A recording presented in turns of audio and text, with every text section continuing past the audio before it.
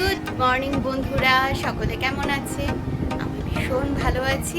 তো শুরু হলো আজকের জার্নি ও ছাড়া। কিরকম দেখুন মুখটা হয়ে আছে।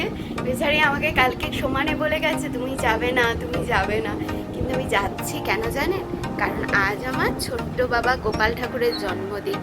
ঠিক আছে, আমি জানতাম বুধবার দিন, মানে আমি কিছুতেই আর বাংলা আর ইংরাজিটা ক্যালকুলেশন করতে পারিনি। আসলে গ্রামের মানুষ তো ওরা বাংলা হিসাবটা করে, আমি সবসময় ইংরাজি হিসাব করি। ঠিক আছে, কিন্তু ইংরাজি হিসাবেও যে আমি আরও একদিন পিছিয়ে ফেলবো, এত চাপের মধ্যে আমি কিছুতেই মাথায় রাখতে পারিনি। যাই হোক, চলুন, একদমই সারপ্রাইজ। কিচ্ছু জানে না ওই বাড়ি, মানে আমার দুটো বাড়ি, মল্লিকাও কিছু জানে না, আমার এই বাড়িরও কেউ কিছু জানে না। তো যাই, কি ওদের রিয়াকশনটা কি হয় দেখি। আর বাই চান্স যদি রাজা ফোন করে বলে দেয়, তাহলে ওরা জেনেই থাকবে, আর কিছুই না। কালকে মল্লিকাকে বলছে আমি তো ভাবলাম আমি বুধবার দিন যাব, কিন্তু মল্লিকা বলছে বুধবারই তুমি এসো। আমি বলছি না, আর যাবো না তাহলে। যাই হোক, চলুন এবার দেখা যাক কি হয়। আমরা ট্রেনে উঠে গেছি। কেমন লাগছে? আমাদের সারপ্রাইজ বলছে প্রত্যেকবার যেমন লাগে, তাও বাড়ি থেকে বলে দিয়েছি বারবার করে যে আমরা একদিনেই বাড়ি আসবো।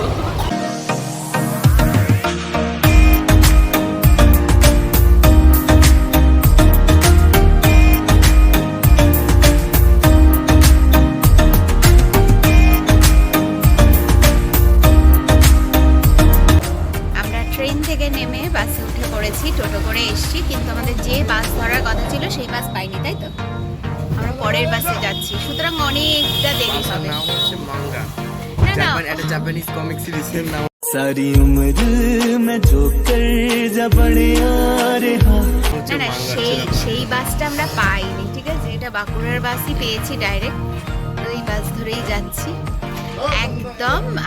নেমে বাড়িতে পৌঁছে আপনাদেরকে দেখাবো ওদের রিয়াকশনটা কি আছে।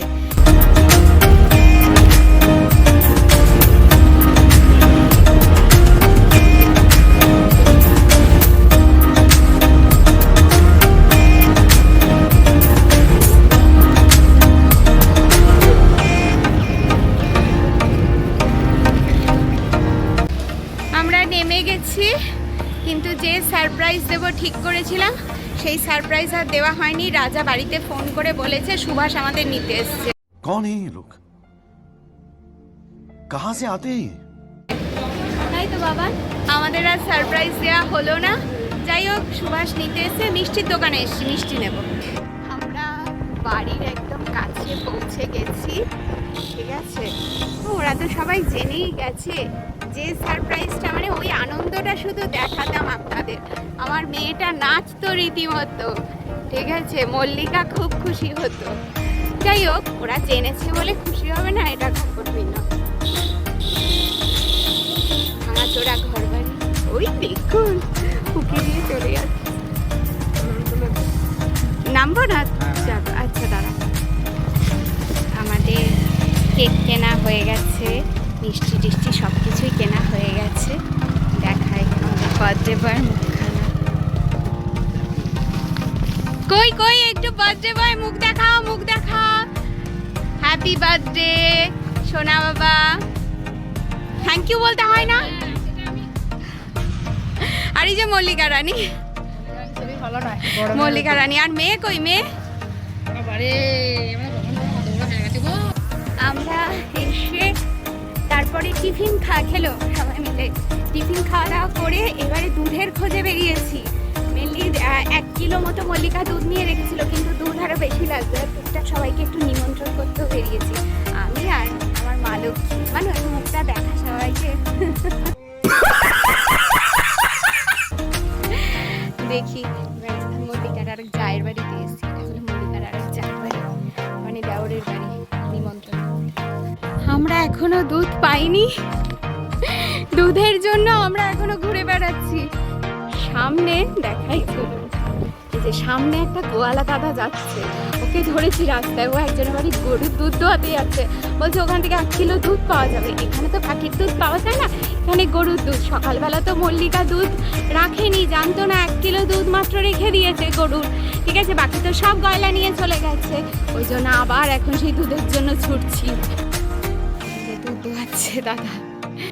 দুধ নিয়ে বাড়ি চলে এসেছিলাম, এসে তারপরে আবার একটু মুদিখানার দোকানে গিয়েছিলাম। রাত্রিবেলা একটু লুচি, ঘুগনি, পায়েস এই সব হবে। যাই হোক, তারপরে এসে স্নান করে আমি একটু শুয়ে পড়েছি। দিব্যেন্দু বাবু বসেছে, সঙ্গে বাবান বাবুও বসেছে। দিব্যেন্দু বাবুর খাবার রেডি, আর এখানে পিউমনি বাবান বাবুরও সেম সাজিয়েছে সব কিছু। খাওয়া দাওয়া সবার হয়ে যাওয়ার পরে মল্লিকা এখানে পায়েস বানাচ্ছে। এই যে পায়েসে গরুর দুধের মধ্যে একদম কিশমিশ, চাল সমস্ত কিছু পড়ে গেছে, মিছরিও পড়ে গেছে। আমি মিছরি দিয়েই বরাবর পায়েস বানাই। আর এই যে এখানে আমাদের মা লক্ষ্মী কি করছে, এলাচ থেতো, ওকে বলেছি এলাচ গুঁড়ো করতে, ও একদম গুঁড়ো করে সুন্দর করে দিয়ে দাও, ওটা আর করতে হবে না। আর এই জন্য মাঠ থেকে এসে দেখুন পা ময়, ধুলো, কাদা সব কিছু মেখে এসে বসে বসে সমান এই মল্লিকার পাশে বসবে, আর মল্লিকাকে সমানে চিমটি কাটতে থাকবে। কি জ্বালায় বাবা গো। বিকাল হয়ে গেছে অনেকক্ষণ, তবে আজকে মেঘলা ওয়েদার। আমি আর শ্রাবণী বেরিয়ে একটু মাংস নিতে বেরোলাম। দিব্যেন্দু ওই যে ওখানে ইয়ে করছে, ওখানে সুতো লাগাচ্ছে দিব্যেন্দু। আর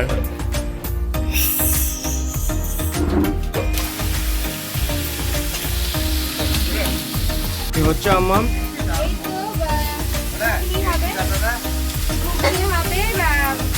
মানে চিকেন দিয়ে ঘুগনি হচ্ছে, চিকেন দিয়ে ঘুগনি হচ্ছে, আর আলাদা চিকেন ঘুগনি হয়ে গেছে, ঘুগনি রেডি।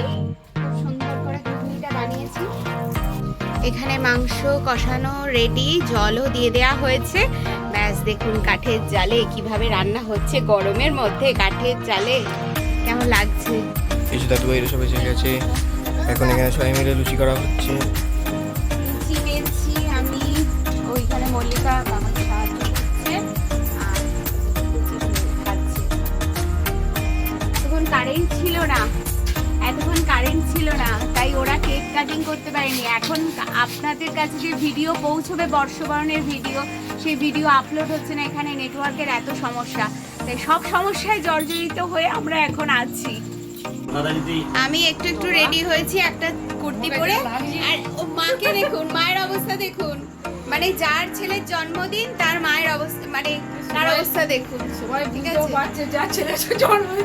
আর কে এসছে দেখাই। এই যে আমাদের সুন্দরী এসছে, ঠিক আছে, এটা হলো আমার যা কাম রাজার ভাইয়ের বউ। আর এই যে মিতু, দেব, এরা মল্লিকার জায়ের ছেলে মেয়ে।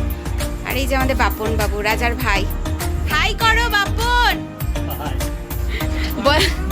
হাসতে হাসতে। আর এই যে মহারানী,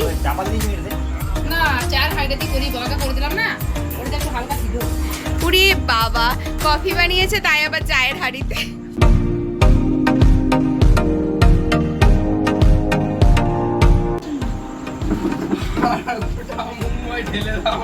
আস্তে আস্তে করে কর।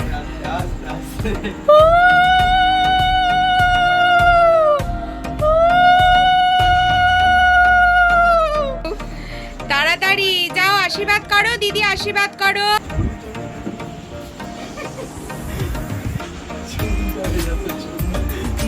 ইয়ার কি নয় একদম।